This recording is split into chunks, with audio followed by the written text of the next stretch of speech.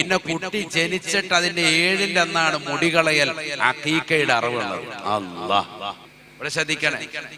കുട്ടി ജനിച്ചിട്ട് 7-ന്റെ അന്നാണ് എന്ത് കളയുന്നത്? തലമുടി പരിപൂർണമായി മുണ്ഡനം ചെയ്യേണ്ടത് കുട്ടിയുടെ. ഇതൊക്കെ മാതാപിതാക്കൾ ശ്രദ്ധിക്കേണ്ടതാ. നമ്മുടെ മക്കള് സാലിഹാകണമെങ്കിൽ നമ്മൾ കുറെ കടമകൾ അങ്ങോട്ട് പൂർത്തീകരിക്കണം, എങ്കിലേ മക്കൾ ഇങ്ങോട്ട് തിരിച്ച് കടമകൾ പൂർത്തീകരിച്ചു വരുള്ളൂ. അതിൽ പെട്ടതാണ് ഇതൊക്കെ. അപ്പൊ ഒരു കുട്ടി ജനിച്ചു, 7 വരുന്നത് ചൊവ്വാഴ്ച ദിവസമാണ്. ചൊവ്വാഴ്ചയ്ക്ക് ഒരു പ്രത്യേകതയുണ്ട്, അതിലൊരു സമയമുണ്ട്. ആ സമയം നിങ്ങളുടെ രക്തം പുറപ്പെട്ടാൽ ആ രക്തം നിൽക്കൂല എന്ന് സയ്യിദുനാ റസൂലുള്ളാഹി ഹദീസ് ഉള്ളതാണ്. അതുകൊണ്ടാണ് മുമ്പ് കാലങ്ങളിൽ ബാർബർ ഷോപ്പൊക്കെ ചൊവ്വാഴ്ച അവധിയായിരുന്നു. ആണോ അല്ലേ? ഇപ്പൊ വീണ്ടും എന്തായിട്ടുണ്ട്, ഞായറാഴ്ചയിലേക്ക് മാറ്റിയിട്ടുണ്ട്. അപ്പൊ മുമ്പ് ഈ ഒരു ഹദീസ് വെച്ചിട്ടായിരുന്നു ചൊവ്വാഴ്ച ദിവസം ഒരു സമയം. മാത്രമല്ല എല്ലാ ദിവസവും ഉച്ച സമയത്ത് അങ്ങനെ തന്നെയാണ്. ബ്ലീഡിങ് ഉണ്ടായാൽ നിൽക്കൂല. ചൊവ്വാഴ്ച ദിവസം വളരെ ശ്രദ്ധിക്കും. ബാർബർ ഷോപ്പൊക്കെ അന്ന് അവധിയായിരുന്നു മുമ്പ് കാലങ്ങളിൽ. നമ്മൾ ഇപ്പോഴും ശ്രദ്ധിക്കണം, അത് ശ്രദ്ധിക്കേണ്ട ഒരു കാര്യം തന്നെയാണ്. കാരണം അത് മുൻഗാമികളാകുന്ന സ്വാലിഹീങ്ങൾ പ്രത്യേകം ശ്രദ്ധ വെച്ചിരുന്നു. മാത്രമല്ല നമ്മൾ താടി രോമങ്ങളും നമ്മുടേതാകുന്ന കക്ഷവും ഗുഹിരോമവും ഒക്കെ നീക്കുന്നതിന് തിങ്കൾ, വ്യാഴം, വെള്ളി ഈ 3 ദിവസങ്ങളാണ് ഏറ്റവും ശക്തിമത്തായ സുന്നത്തായ ദിവസങ്ങൾ, ശ്രദ്ധിക്കേണ്ട ദിവസങ്ങൾ. അല്ലാഹു തൗഫീഖ് തരട്ടെ. അപ്പൊ ഒരു കുട്ടി ജനിച്ച് അതിന്റെ 7 വരുന്നത് ചൊവ്വാഴ്ചയാണ്. ചൊവ്വാഴ്ച ദിവസം മുടി കളയാൻ പറ്റുമോ? മുടി കളയാൻ പ്രശ്നമല്ല. പണ്ഡിതന്മാർ പറയുന്നു, ഇബ്നു ഹജറുൽ ഹൈതമി റളിയല്ലാഹു അൻഹുവിനോട് ഇതേ ക്വസ്റ്റ്യൻ ചോദിച്ചു. അദ്ദേഹം പറഞ്ഞു, കുട്ടി ജനിച്ച് 7-ന്റെ അന്ന് മുടികളച്ചിൽ നടത്തണമെന്ന് നബി തങ്ങൾ പറഞ്ഞു. അത് ചൊവ്വാഴ്ച ആണെങ്കിലും കുട്ടിയുടെ വിഷയത്തിൽ ഇളവാണ്, അന്ന് തന്നെ ചെയ്യണം. അപ്പൊ അന്ന് രാവിലെ തന്നെയാണ് അഖീഖയുടെ അറിവ് നടത്തുന്നത്, അന്ന് തന്നെയാണ് കുട്ടിയുടെ മുടികളച്ചിൽ നടത്തുന്നത്, അന്ന് തന്നെയാണ് പേരുവിടാൻ പോകുന്നത്. അല്ലാഹ്. അപ്പൊ അന്ന് നേരം വെളുത്ത് 7 ദിവസം വരെയുണ്ട് പേര് വിളിക്കാൻ. 3 ദിവസം ആകുമ്പോഴേ ചിലപ്പോൾ ഹോസ്പിറ്റലിൽ നിന്ന് വിടുമ്പോഴേ പേര് കൊടുത്തിട്ടുണ്ടാവും. ഓൾറെഡി നമ്മൾ പേര് നേരത്തെ തന്നെ ഗർഭം ആകപ്പോഴേ തന്നെ പേര് സെലക്ട് ചെയ്ത് വെച്ചിരിക്കുകയാണ്. ഇഷ്ടംപോലെ പേര്. നല്ല പേരിടണം, നിർബന്ധമാണ്. നല്ല പേരിടണം. ഒരർത്ഥമില്ലാത്ത പേര് ഒരിക്കലും നമ്മുടെ മക്കൾക്ക് ഇട്ടുകൊടുക്കാൻ പാടില്ല. ഇരിക്കുന്ന ഓരോരുത്തരും അവനവന്റെ പേരിന്റെ അർത്ഥം അറബിയിൽ എന്താണ് എന്നുള്ളത് അറിഞ്ഞിരിക്കണം. അല്ലാഹു തൗഫീഖ് തരട്ടെ. പിന്നെന്തിനാണ് പാപ്പാടെ പേരിന്റെ 2 അക്ഷരം ഉമ്മാടെ പേരിന്റെ 1 അക്ഷരം കൂടി ചേർത്ത് വെച്ചിട്ട് പേരിടാൻ? എങ്ങനെയെങ്കിലും പേരൊപ്പിക്കാൻ. അങ്ങനെ ഒരിക്കലും ആകാൻ പാടില്ല. വളരെ ഗൗരവത്തിൽ ചിന്തിക്കേണ്ട വിഷയമാണത്. പാപ്പാടെ പേര് മൂസ എന്നും ഉമ്മാടെ പേര് സനൂജ എന്നും പേരിട്ടപ്പോ സമൂസ എന്നാണ്. അതാ ഇപ്പൊ കഴിച്ചുകൊണ്ടിരിക്കുന്നത്. സനൂജയുടെ സായു എടുത്ത് മറ്റേ മൂസാടെ അവിടുത്തെ ഫുൾ അക്ഷരം എടുത്ത് മൂസായും സായു കൂടെ കൂട്ടി സമൂസ. അങ്ങനെ ഇപ്പൊ പേരിടുന്നത്. ഞാനിത് ഒരു ഉദാഹരണം പറഞ്ഞതാണ്. 2 അക്ഷരം അവിടുന്ന്, 1 അക്ഷരം ഇവിടുന്ന്, ഇവിടുന്ന് 2 അക്ഷരം, അവിടുന്ന് 3 അക്ഷരം. ഇങ്ങനെയാണ് ഇപ്പൊ പേരിടുന്നത്. ഒരു ബന്ധവുമില്ല, ദീനായിട്ട് യാതൊരു ബന്ധവുമില്ല. ആര് ചോദിക്കുന്നുമില്ല, മസല പഠിക്കുന്നുമില്ല. വളരെ ഗൗരവ വിഷയമാണ്. നബിയുനാ റസൂലുള്ളാഹി സ്വല്ലല്ലാഹു അലൈഹി വസല്ലമ തങ്ങൾ പറയുകയാണ്, ഇന്നകും തുദഊന യൗമൽ ഖിയാമ ബി അസ്മാഇകും വ ബി അസ്മാഇ ആബാഇകും ഫഅഹ്സിനൂ അസ്മാഅകും. നബിയുനാ റസൂലുള്ളാഹി സ്വല്ലല്ലാഹു അലൈഹി വസല്ലമ തങ്ങൾ പറയുകയാണ്, തീർച്ചയായും നിങ്ങളെ വിളിക്കപ്പെടുന്നത് നിങ്ങളുടേതാകുന്ന പേരും നിങ്ങളുടെ ഉപ്പയുടെ പേരും ചേർത്തുകൊണ്ടാണ് നാളെ മഹ്ശറയിൽ അല്ലാഹു സുബ്ഹാനഹു വ തആല വിളിക്കപ്പെടുക. അതുകൊണ്ട് വിചാരണയുടെ ദിവസം വശലാകാതിരിക്കാൻ ജനങ്ങൾ മുഴുവനും നിറഞ്ഞു നിൽക്കുന്ന ആ സദസ്സിൽ, ഇന്ന് ഈ സദസ്സിൽ ഒരുമിച്ച് കൂടിയതുപോലെ അല്ലല്ലോ നാളെ മഹ്ശർ എന്ന് പറയുന്നത്. ഈ നാട്ടിലുള്ള യുക്തിവാദികളും നിരീശ്വരവാദികളും മനുഷ്യരും മുഅ്മിനീങ്ങളും അവിശ്വാസികളും എല്ലാവരും അടക്കം കഴിഞ്ഞുപോയതും വരാനിരിക്കുന്നതുമായ ജനകോടികളും മുഴുവൻ ആളുകളെയും ഒരുമിച്ച് നിൽക്കുന്ന മഹ്ശറ, അവിടെ വെച്ചുകൊണ്ട് അല്ലാഹു സുബ്ഹാനഹു വ തആല നിന്റെയും നിന്റെ ഉപ്പയുടെയും പേര് ചേർത്തുകൊണ്ടാണ് വിളിക്കുന്നത്. അതുകൊണ്ട് ഫഹ്സിനൂ അസ്മാഅകും, നിങ്ങളുടെ പേര് നിങ്ങൾ നന്നാക്കണേ, നന്നാക്കണേ എന്ന് നബിയുനാ ശഫീഉനാ റസൂലുള്ളാഹി. ആലിമീങ്ങളോട്, ദീനിന്റെ അഹ്ലുകാരോട് ചോദിക്കണേ എന്താണ് ഇതിന്റെ അർത്ഥമെന്ന് വ്യക്തമായി തിരിച്ചറിയാതെ മക്കൾക്ക് പേര് വെക്കരുതേ, പേര് വെക്കരുതേ. കാരണം ആഖിറത്തിൽ വശലാകുന്ന സംഗതിയാണ്. കാരണം ഈ കുട്ടിയുടെ പേരും വാപ്പയുടെ പേരും ചേർത്തുകൊണ്ടാണ് മഹ്ശറയിൽ വിളിക്കപ്പെടുക എന്ന് ഹബീബുനാ റസൂലുള്ളാഹി ശ്രദ്ധിക്കണം. രാവിലെ 7-ന്റെ അന്ന് രാവിലെ കുളിച്ച് റെഡിയായി വന്ന് കുട്ടിയെ കുളിപ്പിച്ചിട്ട് ആദ്യത്തെ പരിപാടി കുട്ടിക്ക് പേര് വിളിക്കലാണ്. വിളിക്കുന്ന പേര് വിളിക്കുന്ന അതിന് 3-ന്റെ അന്ന് പേര് വിളിച്ചിട്ടുണ്ടാകും, പേര് നീ ഹോസ്പിറ്റലിൽ കൊടുത്തിട്ടുണ്ടാവും, അതൊന്നും വിഷയമല്ല. പേര് വിളിക്കാൻ ഒരു ദിവസമുണ്ട്, അത് 7-ന്റെ അന്നാണ്. അന്ന് പേര് വിളിക്കാം. മുഹമ്മദ് എന്നാണെങ്കിൽ എന്റെ മോനെ ഞാൻ മുഹമ്മദ് എന്ന് പേര് വെച്ചിരിക്കുകയാണ്, എല്ലാവരും നിൽക്കാൻ മുഹമ്മദ് പേര് മുഹമ്മദേ മുഹമ്മദേ മുഹമ്മദേ. കഴിഞ്ഞു, പേര് വെക്കല് കഴിഞ്ഞു. 2 പ്രാവശ്യം വിളിച്ചേക്കാം. ഇവൻ ഇതാണ് പേര് വെച്ചതെന്ന് പരസ്യപ്പെടുത്തുകയും ചെയ്യാം. അത് കഴിഞ്ഞാൽ പിന്നെ അടുത്ത പരിപാടി കുട്ടിയുടേതാകുന്ന പേരിലുള്ള അറവ് നടത്തലാണ്, അഖീഖയുടെ അറവ് നടത്തലാണ്. മൃഗത്തിന്റെ അടുത്തേക്ക് പോവാ. പെൺകുട്ടിയാണ് എങ്കിൽ ഒരാട് അറക്കൽ സുന്നത്താണ് ഷാഫി മദ്ഹബ് പ്രകാരം. ഷാഫി മദ്ഹബാണ് നമ്മൾ ഇത് പറയുന്നത്, ശ്രദ്ധിക്കണേ. ആൺകുട്ടിയാണ് ജനിച്ചതെങ്കിൽ 2 ആട് അറുത്തു കൊടുക്കൽ സുന്നത്താണ്. ഇതൊക്കെ ചെയ്യണം, മക്കളോടുള്ള കടമ. അല്ല വല്ലവന്റെ ആട്ടിറച്ചി മാത്രം കഴിച്ച് റാഹത്തായിട്ട് കൊള്ളായിരുന്നടാ എന്ന് പറഞ്ഞ് പോയിട്ട് കാര്യമില്ല. സ്വന്തം മക്കളുടെ ചെയ്തിട്ടുണ്ടോ എന്ന് ചിന്തിക്കണം. അഖീഖയുടെ അറിവ് കുട്ടികളുടെ മേൽ മാതാപിതാക്കൾ നടത്തേണ്ടതാകുന്ന അതിശക്തമായ സുന്നത്തായ അറവാണിത്. നിർബന്ധമല്ല, സുന്നത്തായ അറവാണ്. കഴിവുണ്ടെങ്കിൽ ചെയ്തിരിക്കണം. 2 ആട്, ഒരാട് പെണ്ണാണ് എങ്കിൽ, ജനിച്ച കുട്ടി പെണ്ണാണ് എങ്കിൽ, ഇനി ഒരു പോത്തിനെ തന്നെ ഒരാൾ ഇറക്കാണ്, നമ്മൾ ഉദ്ഹിയ്യത്ത് ഇറക്കുന്ന പോലെ, അൽഹംദുലില്ലാ റാഹത്താണ്.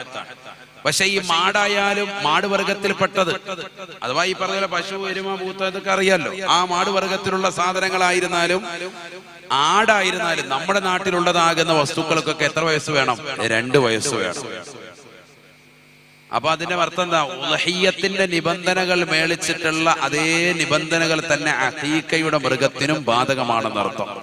വാല് മുറിഞ്ഞത്, അത് മുറിഞ്ഞത്, കേടുപാട് സംഭവിച്ചത്, മുടന്തുള്ളത്, ഒടിവുള്ളത്, ചതവുള്ളത്, അതൊന്നും പാടില്ല. കോങ്കങ്ങളുള്ളത് ഒന്നും പറ്റൂല. നല്ല പക്കായിരിക്കണം. മനസ്സിലായില്ലേ? ഉദ്ഹിയ്യത്തിന്റെ നിബന്ധനക്ക് പറയുന്നത് പോലത്തെ നല്ല മൃഗമായിരിക്കണം. കാരണം ഇത് ആർക്ക് വേണ്ടി ഇറക്കുന്നതാണ്? മോൾക്ക് വേണ്ടിയല്ല, മോന് വേണ്ടി ഇറക്കുന്നതാണ്. പിന്നെ ചിലർക്ക് സംശയമുള്ളത് ഈ അഖീഖയുടെ അറവിൽ ഷെയർ ചേരാൻ പറ്റുമോ എന്നുള്ളതാണ്. ഷെയർ ചേരാൻ പറ്റും എന്നാണ് പറയുന്നത്. അപ്പൊ നമ്മുടെ അനിയന്റെ കുട്ടിക്ക് അറുത്തിട്ടില്ല, അപ്പൊ അവനോട് വിളിച്ചു ചോദിക്കടാ, എന്റെ കുട്ടിക്ക് അറുത്തിട്ടില്ലല്ലോ, എന്നാ എന്റെ ഇറക്കാൻ ഇൻഷാല്ലാഹ് നിയ്യത്ത് വെക്കുന്നുണ്ട്, അതിന്റെ കൂടെ നീ കൂടെ ചേർന്നോ, ഷെയർ ചേർന്നോ. അപ്പൊ ഒരു 50,000 രൂപയുടെ ഇത് വാങ്ങാൻ അവനൊരു 10,000 രൂപ ഇട്ടു, നിങ്ങളൊരു 10,000 ഇട്ടു. പിന്നെ 1-2 പേരെ കൂടെ വേറെ കൂട്ടുകാരത്തിനെ പിടിക്കുക, പറ്റുമെങ്കിൽ അങ്ങനെ സാധിക്കുക. ഇനി അവരൊന്നും ഇല്ല, നീയും നിന്റെ അനിയനും കൂടി ഷെയർ ചേർന്ന് 25,000 ഇട്ടിട്ട് ഇറക്കാനോ, ആയിക്കോട്ടെ. 7 പേരിൽ കൂടാൻ പാടില്ല. ഉദ്ഹിയ്യത്തിന്റെ പോലെ തന്നെ 7 പേരിൽ കുറയാം, 7 പേര് ആയിട്ട് ഷെയർ ചെയ്യാം, എങ്ങനെയാണെങ്കിലും പറ്റും.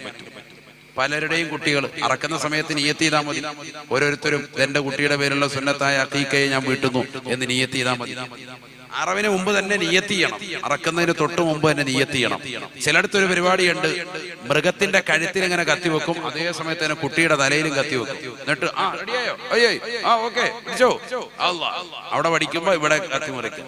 അതൊന്നും ഇസ്ലാമികമല്ല, അതൊക്കെ അനിസ്ലാമികപരമായ പരിപാടിയാണ്. ആദ്യം അറവ് നടക്കട്ടെ, അതിനു മുമ്പ് പേരിടൽ.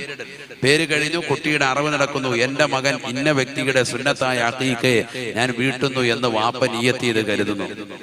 അറവ് നടക്കുന്നു. ആ മൃഗത്തെ വളരെ ഉദ്ഹിയ്യത്തിന്റെ മൃഗം പോലെ തന്നെ ബഹുമാനിച്ച് ആദരിച്ച് വൃത്തിയായി തന്നെ ഇറക്കണം. അതിന്റെ എല്ലുകൾ വളരെ സൂക്ഷിക്കണം, ഒടിയാൻ പാടില്ല. അതിനെ മറിച്ചിടുമ്പോൾ വളരെ ശ്രദ്ധിക്കണം. എല്ലാ സുന്നത്തുകളും മേളിച്ച് വൃത്തിയായതിനെ അറക്കണം. പരമാവധി അതിന്റെ മാംസം ഉരിഞ്ഞ് എല്ലിൽ നിന്ന് എടുക്കണം. എല്ലുകൾ പരമാവധി ഒടിക്കാൻ പാടില്ല. പണ്ഡിതന്മാർ പറയുന്നു, എന്തിന്? ഈ കുട്ടിക്ക് വലുതാകുമ്പോൾ ആക്സിഡന്റുകൾ, മറ്റ് കേസുകെട്ടുകൾ ഇല്ലാതിരിക്കാൻ, ഇവന്റെ എല്ലുകൾ വലുതാകുമ്പോൾ ഒടിയാതിരിക്കാൻ ഈ മൃഗത്തിന്റെ എല്ലുകൾ പരമാവധി ഒടിക്കാതെ തന്നെ എന്ത് ചെയ്യണം? മാംസം ഊർന്ന് തന്നെ എടുക്കണം. എന്ന് മാത്രമല്ല, ഉദ്ഹിയ്യത്തിൻ്റെതാകുന്ന മസലയാണ് എങ്കിൽ അതിന്റെ ഇറച്ചി പച്ചയായിട്ട് കൊടുക്കലാണ് നല്ലത്. അഖീഖയുടെ മാംസം വീട്ടിൽ തന്നെ കറി വെച്ചിട്ട് ആ കറിയായിട്ട് കൊടുക്കലാണ് സുന്നത്ത്. ഇതൊക്കെ നമുക്ക് സാധിക്കുമെങ്കിൽ മതി കേട്ടോ. കേട്ടിട്ട് നിങ്ങൾ അല്ലാഹു അടച്ചോനെ നമ്മുടെയൊക്കെ അഖീഖ പോയല്ലോ, അങ്ങനെ ഒന്നും കരുതണ്ട. മാംസമായിട്ട് കൊടുക്കാൻ പറ്റുന്ന അങ്ങനെ കൊടുക്കുക. കറി വെക്കാൻ പറ്റുമെങ്കിൽ മാഷാ അല്ലാഹ് കറി വെച്ച് കൊടുക്കുക, അതിന് വലിയ ഖൈറാണ്. കറി വെക്കുമ്പോൾ അതിൽ എന്ത് ചെയ്യുക? ഒരല്പം മധുരം കൂടി ചേർക്കുക. ഒരു കുടം കൊണ്ടുവന്ന് തേൻ കൊണ്ടൊഴിക്കാനല്ല, അല്ലെങ്കിൽ 5 കിലോ പഞ്ചസാര കൊണ്ടുവന്ന് കറി ഹറാമാക്കാനല്ല, മറിച്ചെന്താ? ഒരല്പം മധുരം, അത് ഒരു ഇത്തി തേന് അല്ലെങ്കിൽ ഒരു ഞുള്ള് പഞ്ചസാര അതിലിടുക. എന്തിന്? ഒരു ശുഭലക്ഷണത്തിന് വേണ്ടി. ഇതൊക്കെ ഷാഫി മദ്ഹബിൽ പണ്ഡിതന്മാര് പ്രബലമായി പറഞ്ഞ കാര്യമാണ്. കാരണം തന്റെ കുട്ടിക്ക് വേണ്ടിയിട്ടാണ്. ഒരല്പം മധുരം അതിൽ ചേർക്കുക. കറി മധുരിക്കാൻ വേണ്ടിയിട്ടല്ല, കറി എരിവായിക്കോട്ടെ അല്ലെങ്കിൽ അവർ ഇഷ്ടപ്പെട്ട ടേസ്റ്റ് ആയിക്കോട്ടെ, പക്ഷെ ഒരല്പം മധുരം അതിലിടുക. ഇതൊക്കെ ഇതിന്റെ ശ്രദ്ധിക്കാനുള്ള കാര്യങ്ങളാണ്. ഏതുമായിക്കോട്ടെ, അറവ് കഴിഞ്ഞു റാഹത്തായ നിലയിൽ അതിനുശേഷം കുട്ടിയുടേതാകുന്ന മുടി കളച്ചിൽ നടത്തുക. മുടി കളയുമ്പോൾ ശ്രദ്ധിക്കേണ്ടത് വലതുഭാഗത്ത് തുടങ്ങണം. നമ്മൾ എപ്പം മുടി വെട്ടിയാലും താടി ശരിയാക്കാൻ പോയാലും എവിടുന്ന് തുടങ്ങണം? ബാർബർ ഷോപ്പിൽ ചെന്നാൽ അവനോട് പറയണം, ഭായി ഇതറാവോ ഇതരസേ കാം കരോ എന്ന് അവരോട് പറയണം. കാരണം എല്ലാം ബംഗാളികളാണല്ലോ, അമ്മമാരോട് പറഞ്ഞു കൊടുക്കണം. വലത്തെ സൈഡിൽ നിന്ന് തുടങ്ങണം. എപ്പോഴും ശ്രദ്ധിക്കേണ്ട ഒരു കാര്യം, വലതു ഭാഗത്തും തുടങ്ങണം. അങ്ങനെ കുട്ടിയുടെ മുടി പരിപൂർണമായി വടിച്ചെടുത്തു. സുബ്ഹാനല്ലാഹ്. വടിച്ചെടുത്ത ഉടനെ തന്നെ ഒരു പേപ്പറിൽ അധികം വാങ്ങണം. എന്തിനാ അത് നേരെ കൊണ്ടുപോയി സ്വർണം തൂക്കുന്ന അല്ലെങ്കിൽ വെള്ളി തൂക്കുന്ന ത്രാസിൽ വെച്ചിട്ട് അത് തൂക്കി നോക്കണം, എത്ര ഗ്രാം ഉണ്ടെന്ന് നോക്കണം. കുറഞ്ഞ മുടിയേ ഉണ്ടാവുള്ളൂ, 7 ദിവസമായിട്ടുള്ളൂ അല്ലേ? ആ കുറഞ്ഞ മുടി തൂക്കി നോക്കണം. എന്തിനാ അതീ നോക്കുന്നത്? ഇറച്ചി തൂക്കുന്ന നേരത്തെ അപ്പുറത്ത് അക്കീക്ക തൂക്കിയ സാധനമുണ്ട്, അതിലോട്ട് തൂക്കിയ അങ്ങോട്ട് തൂങ്ങുള്ളൂ. ഇതൊന്നും കിട്ടത്തില്ല, കിലോ ഒന്നും കാണൂല. സ്വർണമോ വെള്ളിയോ തൂക്കുന്നതിൽ തൂക്കിയ കറക്റ്റ് ഗ്രാം കിട്ടും. തൂക്കിയതിന് ശേഷം 3 ഗ്രാം അല്ലെങ്കിൽ 5 ഗ്രാമോ എത്രയാണ് വരുന്നത്, അതിന് സ്വർണമോ വെള്ളിയോ പാവപ്പെട്ടവർക്ക് ഹദിയ കൊടുക്കണം. ആ തൂക്കത്തിന്റെ അളവിൻ പ്രകാരം. അങ്ങനെയൊക്കെ ഉണ്ട് അല്ലേ? ഇപ്പോഴേ ഇതൊക്കെ കേൾക്കുന്നത്, ഇതൊക്കെ ഉണ്ട് മസലേ. ഇതൊക്കെ ചെയ്യലുള്ളതാണ്. ഇതൊക്കെ മഹാന്മാര് ചെയ്തിട്ടുകൊണ്ട് ചെയ്തവർക്ക് അതിന്റെ പുണ്യവും ലഭിച്ചിട്ടുണ്ട്. നമ്മളെന്ത് ചെയ്തറിയാം? ആ മുടിയും കൂടെ വലിച്ചിട്ട് പുറത്തോട്ട് കളയുക. എങ്ങോട്ടാ കളയുന്നത്? കുഴിച്ചിടണമെന്ന് ഒന്നും അറിയാമല്ലേ, എന്താ ചെയ്യണ്ടെന്ന് അറിയാമോ? ഇത് വേഗം തന്നെ തൂക്കി നോക്കിയതിന് ശേഷം പിന്നെ അത് കുഴിച്ചിടണം. പിന്നെ അത് മാലിന്യാണ്, അത് മാറ്റണം.